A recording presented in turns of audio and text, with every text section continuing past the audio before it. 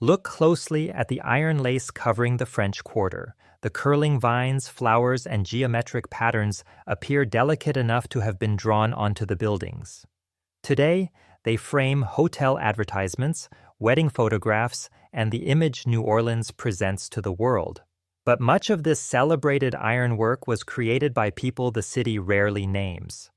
By the early 19th century, enslaved and free Afro-Creole blacksmiths had become central to New Orleans' ornamental iron trade. Historical accounts suggest that by around 1831, they held something close to a monopoly over the craft. They heated iron until it glowed, hammered it into curves, and fitted it above streets where many of them could never enjoy the same freedom, property, or status as the people standing behind the railings. Later, foundries made decorative iron cheaper. Wealthy owners covered entire buildings in mass-produced lace, while black artisans, immigrant laborers, and domestic servants continued to build and maintain the spectacle from behind the scenes. So, how did the work of marginalized craftsmen become the most romantic symbol of New Orleans?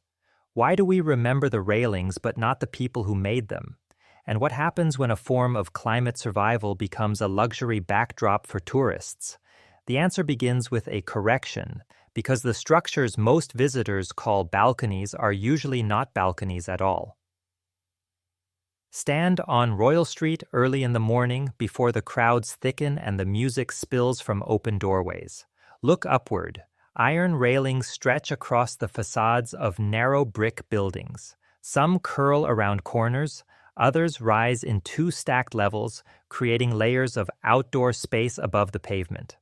Most visitors call them balconies. Architecturally, many are galleries. The difference is not merely technical. A balcony is usually a narrow platform projecting from a wall without posts extending to the ground.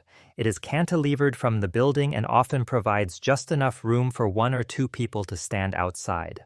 A gallery is much deeper. It is roofed, supported by posts or columns that descend to the sidewalk and wide enough to function as an outdoor room. Some project 6 to 10 feet from the facade, covering nearly the entire pavement below. That depth changed everything. A balcony allowed someone to step outside. A gallery allowed an entire household to live outside. Families placed chairs, tables, and plants there. They ate meals, received visitors, watched processions, and escaped interior rooms made nearly unbearable by summer heat. Before electric fans and air conditioning, people sometimes slept there. The gallery was not decoration added to a building, it was climate infrastructure. New Orleans is hot, humid, and intensely wet. Summer air settles into narrow streets. Brick walls absorb heat during the day and release it slowly after sunset. Heavy rain can arrive suddenly, flooding gutters and driving pedestrians against the buildings. The gallery responded to all of this. Its roof shaded the facade. Its depth protected tall doors and windows from direct sun. Its covered sidewalk allowed people to move beneath shelter. Its upper level caught air that might not reach the enclosed rooms behind it. Open the French doors, and the gallery became an extension of the parlor or bedroom. Air moved between the street, the front room, and the rear courtyard. The iron railings made this outdoor room safe and visually impressive, but the essential idea was older than the iron itself. New Orleans had inherited covered outdoor living from several worlds at once. French and Spanish colonial builders brought traditions of courtyards, arcades, and narrow urban lots. Caribbean and Mediterranean architecture offered models for shade, ventilation, and verandas. Local builders adapted these ideas to the city's climate, materials, and crowded street grid. The result was neither purely French nor purely Spanish, and despite the way it is often marketed, it was certainly not created simply for romance. Romance was the later interpretation. Survival came first, but the first galleries did not yet wear the dense floral ironwork now associated with the French Quarter. That transformation required another tradition, one carried into Louisiana by people whose expertise would shape the city even as their identities disappeared from its architectural story. An early 19th century blacksmith shop was a place of heat, sound, and danger. A forge burned at its center. Bellows forced air into the fire until the coals became hot enough to soften iron. Metal bars were lifted with tongs, placed on an anvil, and struck repeatedly with hammers. The work demanded more than strength. Iron cools quickly. A smith had only a limited period in which to shape it before returning it to the fire. A curve that appears effortless in a finished railing might require several cycles of heating, hammering, and adjustment. The material resisted every mistake. Strike too hard, and the piece could deform. Work too slowly, and the iron became rigid. Misjudge the pattern, and hours of labor could be lost. New Orleans' early ornamental ironwork emerged from this world of highly skilled manual production. Enslaved blacksmiths worked throughout colonial and antebellum Louisiana. Some were hired out by their enslavers to workshops, construction projects, and plantations. Others worked in urban shops alongside free artisans. Free people of color also occupied an unusual but precarious position in New Orleans society. Some built businesses, owned property, and developed respected trades while remaining subject to racial restrictions that could narrow or destroy those opportunities. Among the most valuable skills was metalworking. West and Central African societies possessed sophisticated ironworking traditions long before European colonization. Enslaved Africans brought knowledge of smelting, forging, tools, and symbolic metalwork across the Atlantic. In Louisiana, that knowledge encountered European techniques and local demands. The result was not a simple copy of French design. It was a blended craft, shaped by African experience, European ornament, Caribbean influence, and the practical requirements of a growing American port. By the early 1830s, Afro-Creole ironworkers had become so important that accounts describe them as holding a near monopoly over ornamental ironwork in the city. They produced gates, fences, window guards, hinges, and railings. They also helped establish the visual vocabulary that later factories would imitate. Some surviving patterns contain shapes that historians and contemporary craftspeople interpret as African-derived symbols, forms hidden within curls, crosses, spirals, and repeated geometric arrangements. The evidence is not always precise enough to identify the intention behind every motif.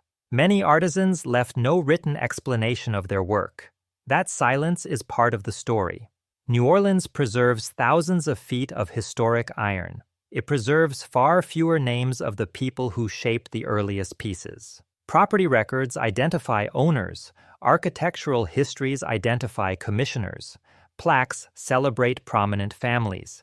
The artisan may appear only as an expense in an account book, if he appears at all.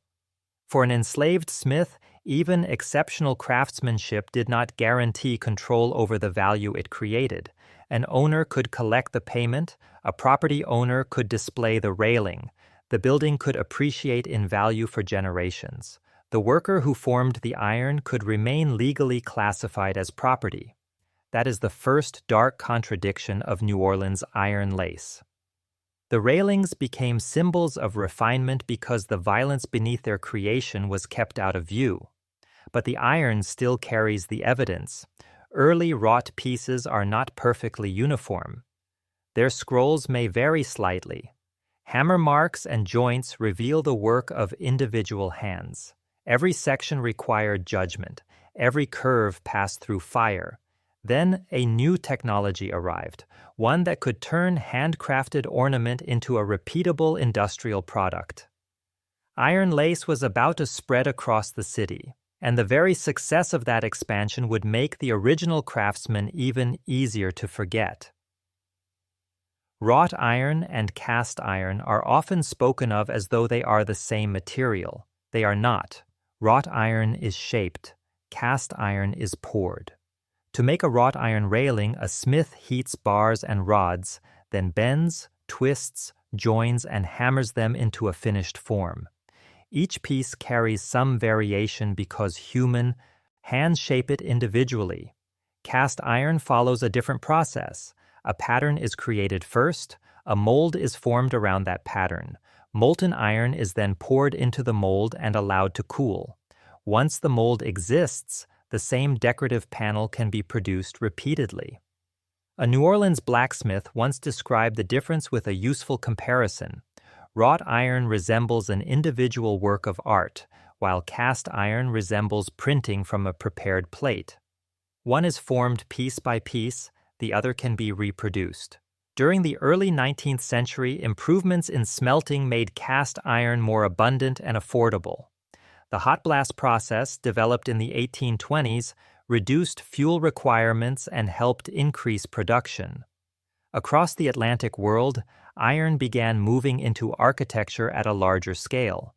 Factories produced columns, brackets, storefronts, and ornamental panels. New Orleans foundries, including the Leeds ironworks, supplied a city eager to appear both elegant and modern. Cast iron transformed the economics of ornament. A hand-forged railing remained labor-intensive, but a foundry could pour the same floral panel dozens or hundreds of times. A modest brick façade could suddenly wear a surface of elaborate leaves, medallions, and scrolls without requiring every detail to be individually hammered. The effect was dramatic. Industrial repetition imitated aristocratic craftsmanship. Owners could purchase patterns, combine them across a façade, and give an ordinary rental building the appearance of exceptional refinement. Yet mass production did not eliminate skilled labor. Someone had to design the original pattern. Someone had to make the mold. Foundry workers handled furnaces, molten metal, and heavy castings under dangerous conditions.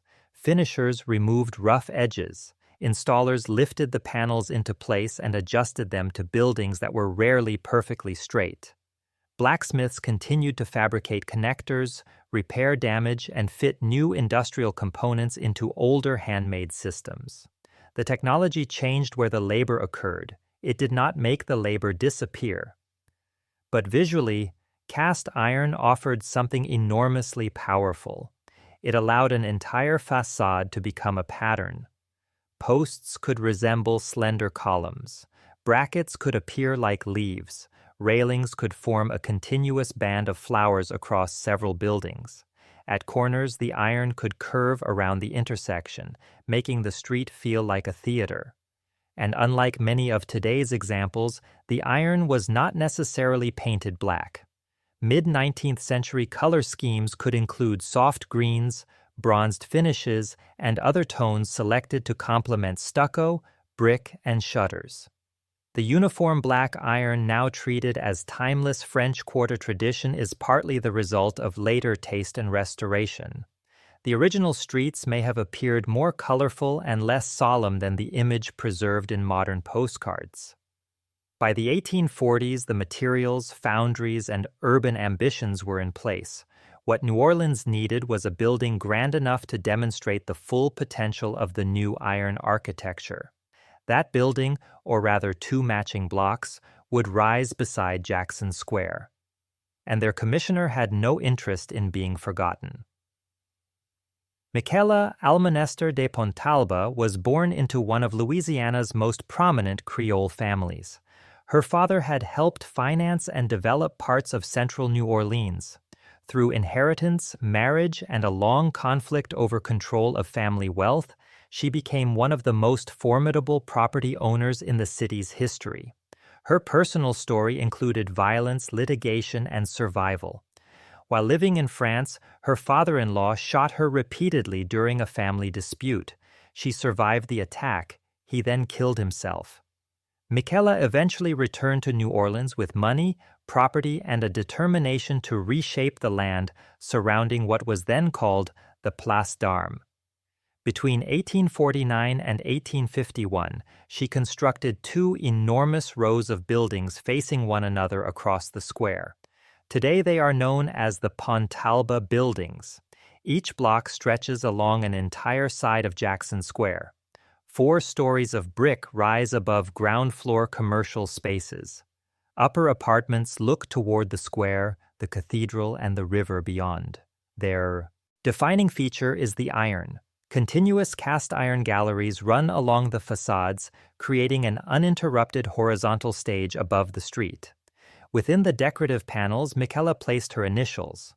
The letters AA and P, representing the Almanester and Pontalba names, were woven into the iron repeatedly.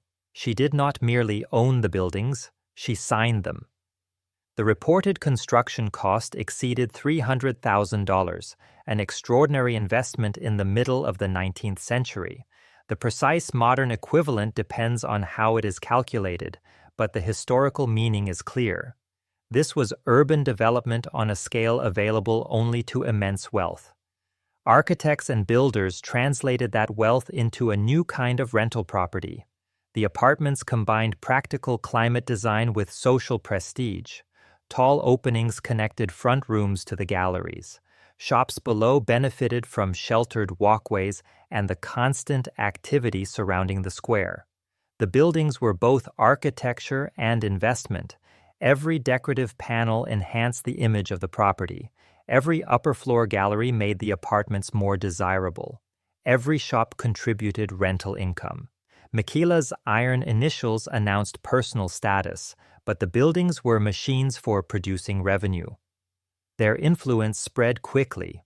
Other property owners saw how dramatically cast iron could transform a façade. Across the French Quarter, railings and galleries became larger, deeper, and more ornate. Historians sometimes describe the competition as keeping up with the Pontalbas. It was a 19th century status race conducted in iron. A merchant did not need to build an entirely new palace.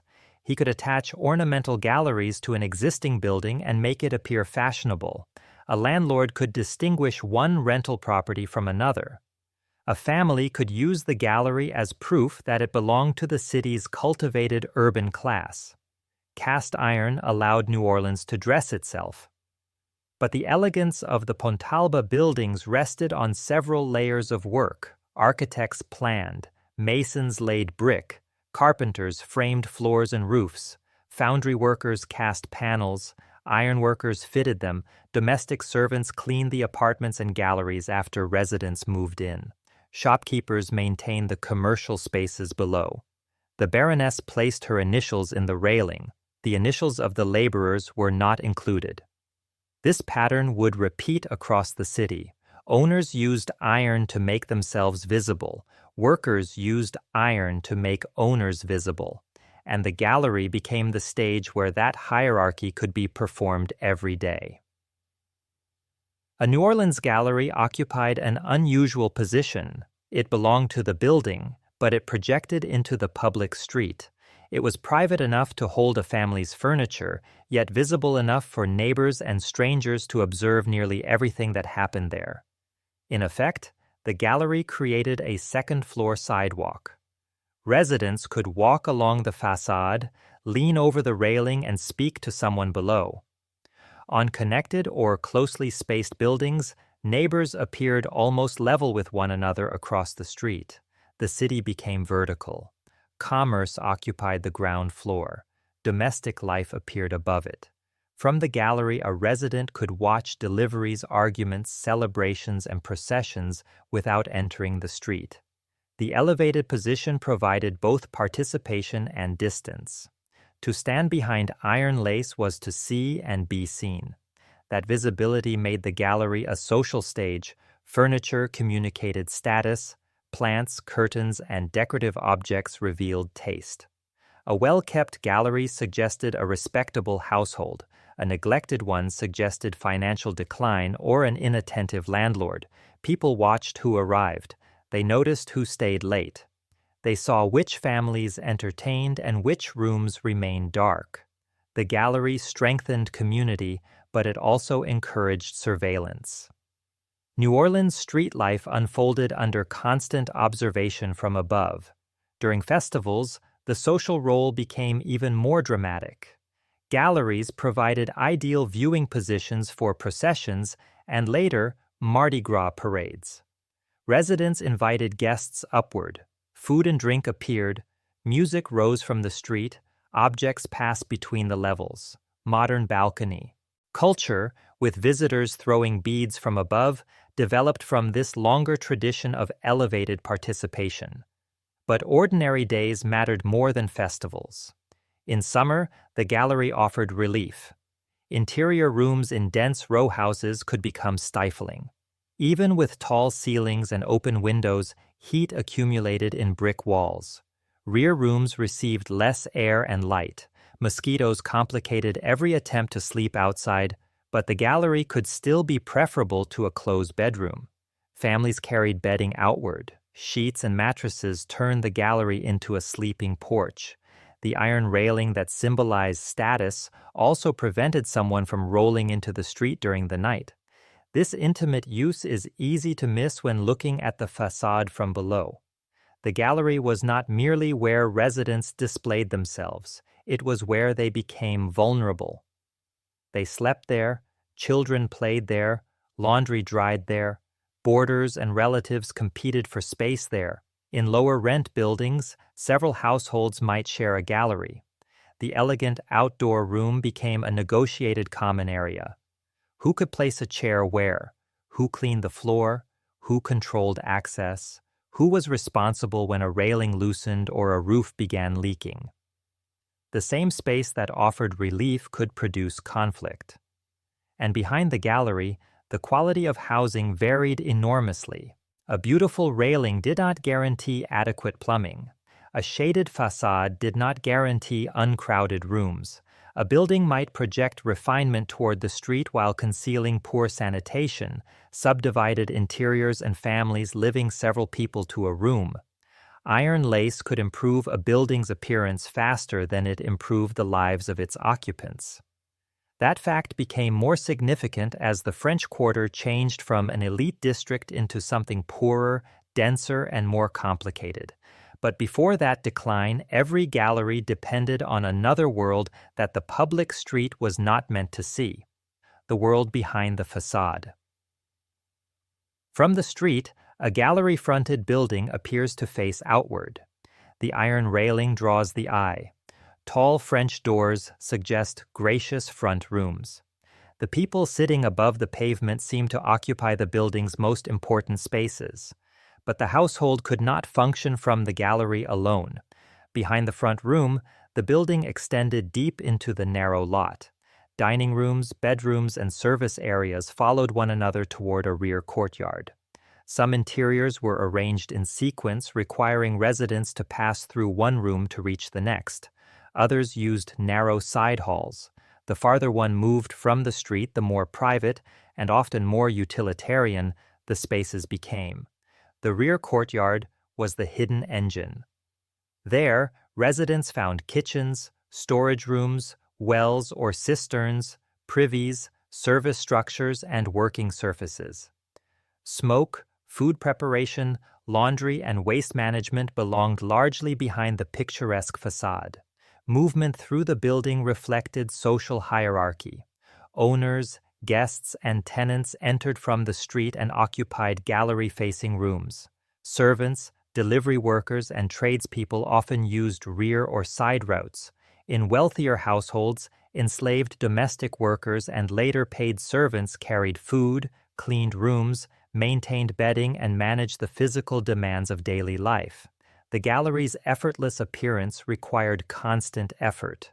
Iron collected dirt. Plants needed water. Outdoor furniture had to be moved during severe weather. Wooden gallery floors required scrubbing and repair. Roof drainage had to work properly or water would damage the structure. The iron itself demanded protection. New Orleans' humidity attacks metal relentlessly. Paint was not cosmetic alone, it formed a barrier against corrosion. When that barrier failed, rust spread, joints weakened, decorative sections cracked, supporting columns deteriorated near the pavement where rainwater, mud, and street debris accumulated. Someone had to inspect, scrape, repair, and repaint the iron. Much of this work happened when the gallery was empty, preserving the illusion that the architecture maintained itself. The hidden labor extended beyond the individual household. Foundry workers produced replacement pieces. Blacksmiths repaired sections that could not be reproduced easily. Carpenters stabilized gallery floors, roofers addressed leaks, masons repaired walls carrying the gallery's weight. The city's famous lightness rested on heavy physical work. The same was true of its social elegance. A gathering on a gallery required someone to prepare food, carry it forward and clean afterward. Fresh bedding on a sleeping porch required washing and drying. Potted plants framing a doorway required daily attention in the Louisiana heat. Leisure was the visible surface. Labor was the supporting structure.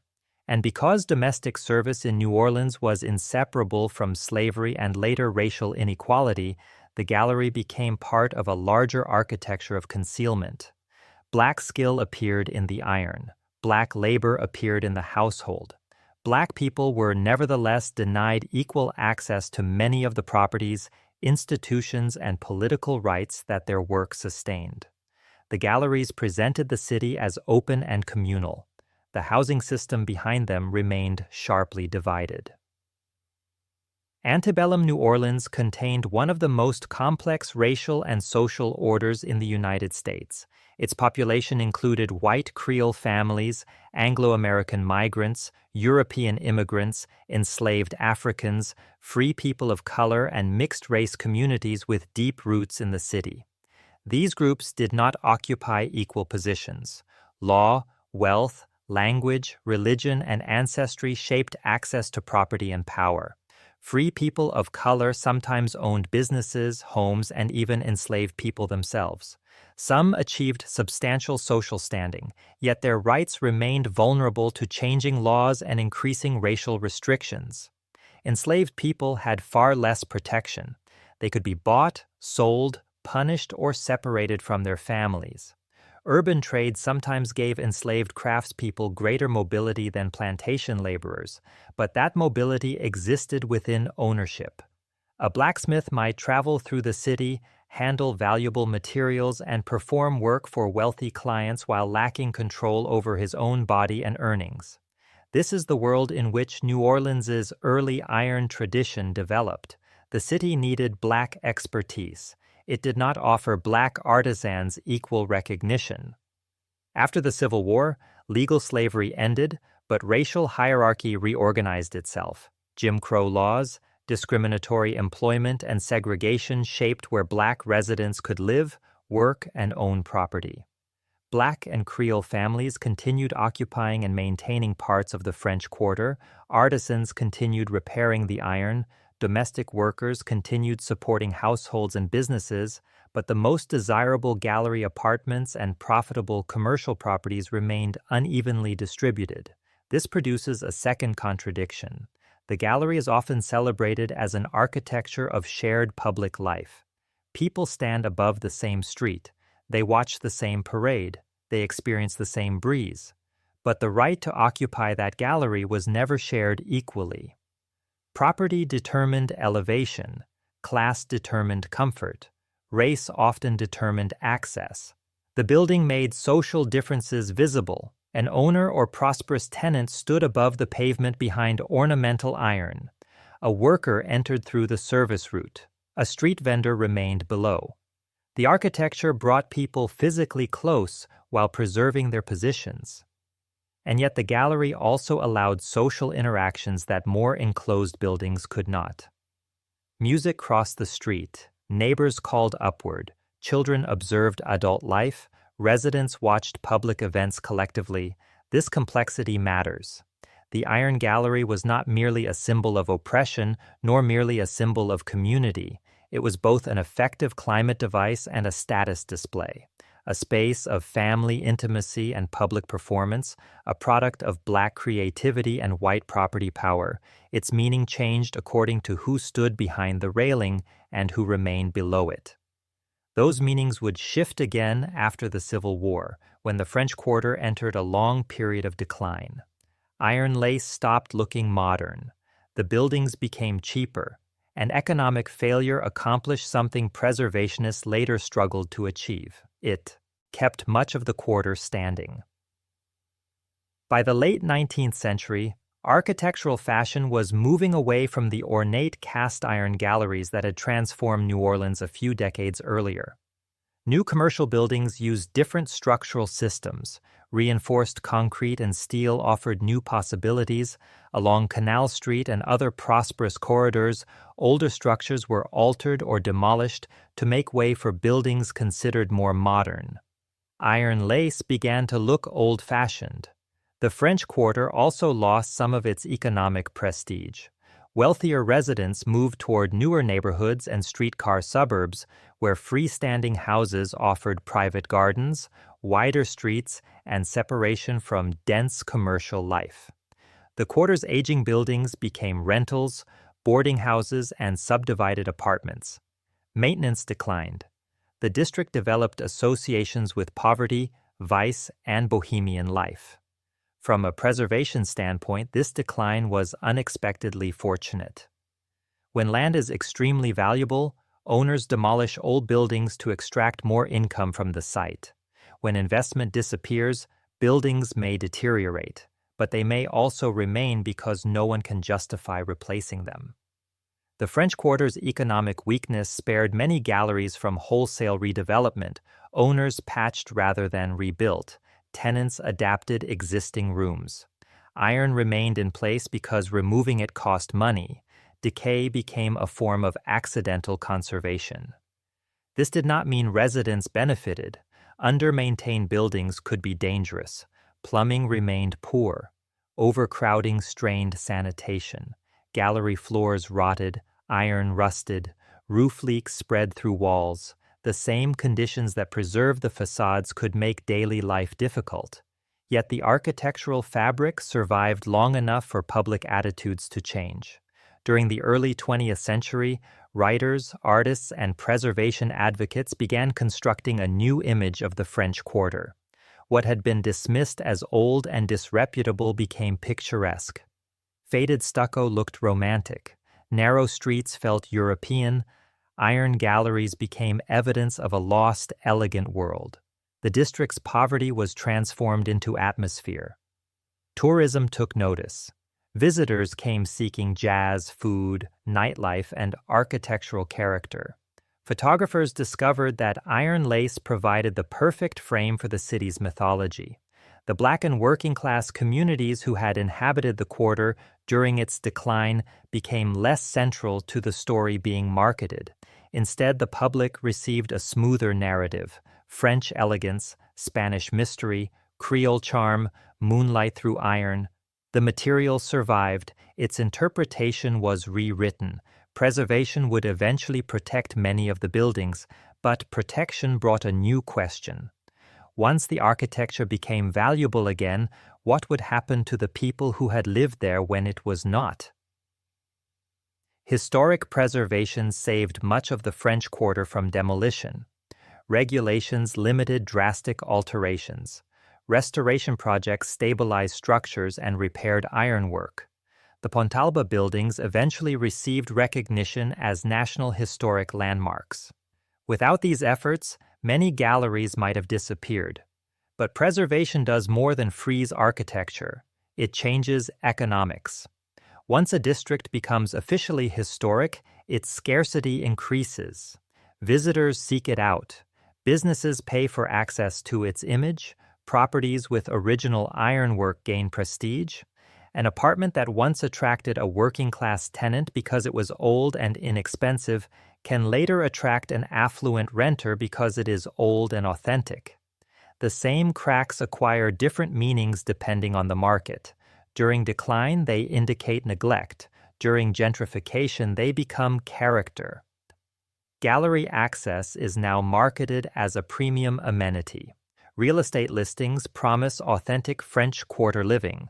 Hotels advertise private parade views. Short-term rentals display photographs taken through ornamental railings. The gallery is no longer primarily a tool for surviving summer heat. Air conditioning handles much of that work. Instead, it offers experience, a place for morning coffee, a private viewing. Platform, a background for social media, a temporary claim on the city's mythology. This new use creates powerful financial incentives to maintain the visible iron. Owners repaint railings, add plants, and preserve the facade because appearance produces revenue. But investment in appearance does not automatically produce affordable housing or stable communities. Long-term residents compete with tourists who pay more for short stays. Apartments become hotel rooms. Everyday gallery life gives way to curated occupation. The elevated sidewalk becomes a stage used by people passing through. This does not make tourism inherently destructive. New Orleans depends heavily on visitors, and tourism provides income for thousands of residents. The problem is imbalance. A neighborhood cannot function only as an image of itself. Someone must live there when the parade ends. Someone must maintain the buildings, run the shops, cook the meals, and repair the iron. If those workers can no longer afford to live near the architecture they sustain, the old hierarchy survives in a new form. The railing remains. The labor stays hidden. The profits move upward. New Orleans now faces an uncomfortable preservation question. What exactly is being saved? The iron? The buildings? The living community? Or the version of the city most valuable to outsiders? Historic iron cannot simply be replaced with whatever modern component resembles it from the street. Wrought iron behaves differently from cast iron. Old alloys differ from modern ones. A cracked cast panel may require reproduction from a mold. A damaged wrought section may need to be heated, reshaped, and joined using techniques increasingly difficult to find. This makes restoration blacksmiths essential. The Mangin family was one of the French Quarter's notable ironworking families. Charles and Jean Mangin continued producing and repairing ornamental work into the early 20th century. Their shop survived until 1920. By then, changing taste, industrial production, and new employment opportunities made it difficult to attract apprentices to a demanding traditional trade. The old forge culture weakened. A craft that had shaped the city for generations became increasingly specialized. Today, craftspeople such as New Orleans blacksmith Darrell Reeves continue repairing historic iron and interpreting the Black contribution to the city's architecture. Modern restoration smiths often describe themselves as part of a chain. They did not create the tradition, they inherited responsibility for keeping it alive. Their work requires reading the iron. A repair begins by identifying whether a piece was forged or cast. The craftsperson studies joints, breaks, tool marks, and patterns. A section may have been repaired several times across a century and a half. Every intervention leaves evidence. The goal is not always to make the iron look new, it is to make it sound enough to survive while preserving what remains of the original workmanship. That distinction is important. Perfect replacement can erase history, neglect can destroy it. Restoration occupies the difficult space between them. The craft also reconnects the celebrated object to the labor required to produce it. Visitors see a floral railing. The smith sees hours of heat, weight, and judgment. A single damaged curve may require several attempts to align. Cast components are heavy and brittle. Wrought sections must be heated without damaging neighboring material. New Orleans iron looks delicate because skilled people made heavy metal behave delicately. That skill deserves to be treated as part of the landmark. The building is not complete without the story of the people who shaped and repaired it, and this is where the modern restoration movement has an opportunity previous generations missed. A plaque can name the owner, a tour can name the baroness, but the interpretation can also explain the enslaved and free Afro-Creole smiths who established the trade, the foundry workers who expanded it, and the modern craftspeople who keep it standing. Preservation can protect more than iron. It can restore authorship. For most of the 20th century, air conditioning made the galleries seem technologically obsolete. Why sleep outside when a machine can cool the bedroom? Why depend on cross-ventilation when windows can remain sealed? Across the United States, buildings turned inward, porches shrank, deep overhangs disappeared. Glass facades exposed interiors to intense sunlight, then relied on mechanical systems to remove the heat. The gallery became something old cities preserved for appearance. Climate change is forcing architects to reconsider that judgment. New Orleans faces rising temperatures, dangerous humidity, stronger storms, and pressure on electrical infrastructure. During a power failure, an air-conditioned building can become uninhabitable quickly. A gallery cannot cool the air mechanically, but it can reduce direct solar exposure, shade windows, protect pedestrians, and create usable outdoor space. It provides resilience through form rather than machinery. The principle is simple. Stop heat before it enters the building. Create shade where people walk. Allow rooms to open toward protected exterior spaces. Use architecture to reduce the burden on mechanical cooling. New Orleans builders understood these ideas generations before the term climate-resilient design existed. They did not solve every environmental problem. Historic buildings could still be dangerously hot. Galleries did not prevent disease or eliminate the need for sanitation and modern infrastructure, but they formed one layer of adaptation. Today, the irony is striking.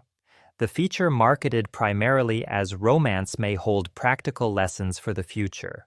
The old outdoor room may become useful again. Yet copying the appearance of iron lace without copying the environmental logic would miss the point. A shallow, decorative balcony does not provide the same shade. A railing attached to a sealed, air-conditioned facade does not create cross-ventilation. The original gallery worked because depth, roof, openings, and street orientation operated together. Its beauty emerged from function. Its function emerged from climate. Its construction emerged from a complicated mixture of cultural knowledge, industrial technology, and exploited labor. To learn from the gallery, architects must understand the whole system, not just reproduce the curls. New Orleans galleries presented several messages at once. To a 19th century owner, cast iron announced prosperity. It said the building was fashionable, modern, and connected to international industry. To a tenant, the gallery offered shade, air, and a valuable extension of limited interior space. To a family, it could be a sitting room, bedroom, playground, and place of observation. To a shopkeeper below, the covered walkway brought pedestrians past the door in sun and rain. To a blacksmith, the railing represented knowledge, physical effort, and continuity of craft.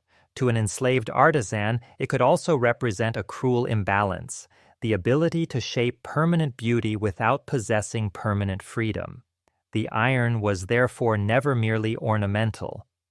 It held the city's contradictions in public view.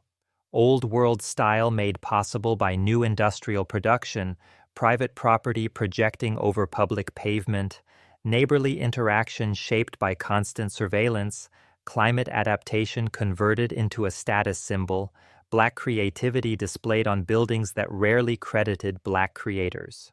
A working-class district preserved through poverty, then made expensive through the value of its preservation. The railing brought all these forces together. That is why the phrase iron lace is so effective and so misleading. Lace sounds light, the history is heavy. So how did the work of marginalized craftsmen become the most romantic symbol of New Orleans? It happened in stages. Enslaved and free Afro-Creole blacksmiths developed and dominated much of the city's early ornamental iron tradition. Industrial foundries then transformed individual craftsmanship into repeatable cast panels. Wealthy property owners used those panels to advertise status and increase the appeal of rental buildings. The Pontalba buildings turned continuous iron, galleries into a civic spectacle, encouraging other owners to compete. Families made the galleries indispensable parts of daily life, places for shade, sleep, conversation, and public celebration. Economic decline preserved the buildings when fashionable districts elsewhere demolished theirs. Preservationists and tourism campaigns later transformed the surviving iron into a romantic symbol of the city. And as the image became more valuable, the people whose labor created and sustained it were pushed further from the center of the story. Today, millions recognize the railings. Far fewer recognize the system behind them. That is the real legacy of New Orleans iron lace. It is beautiful, it is practical, it is worth preserving, but it is not innocent. Every gallery is supported twice, once by the columns that reach the sidewalk and again by generations of labor that official history allowed to disappear. The next time you walk through the French Quarter, do not look only at the flowers and scrolls. Look for the hammer marks, look for the repeated cast panels, look for the initials of the owners, and then consider the initials that were never included.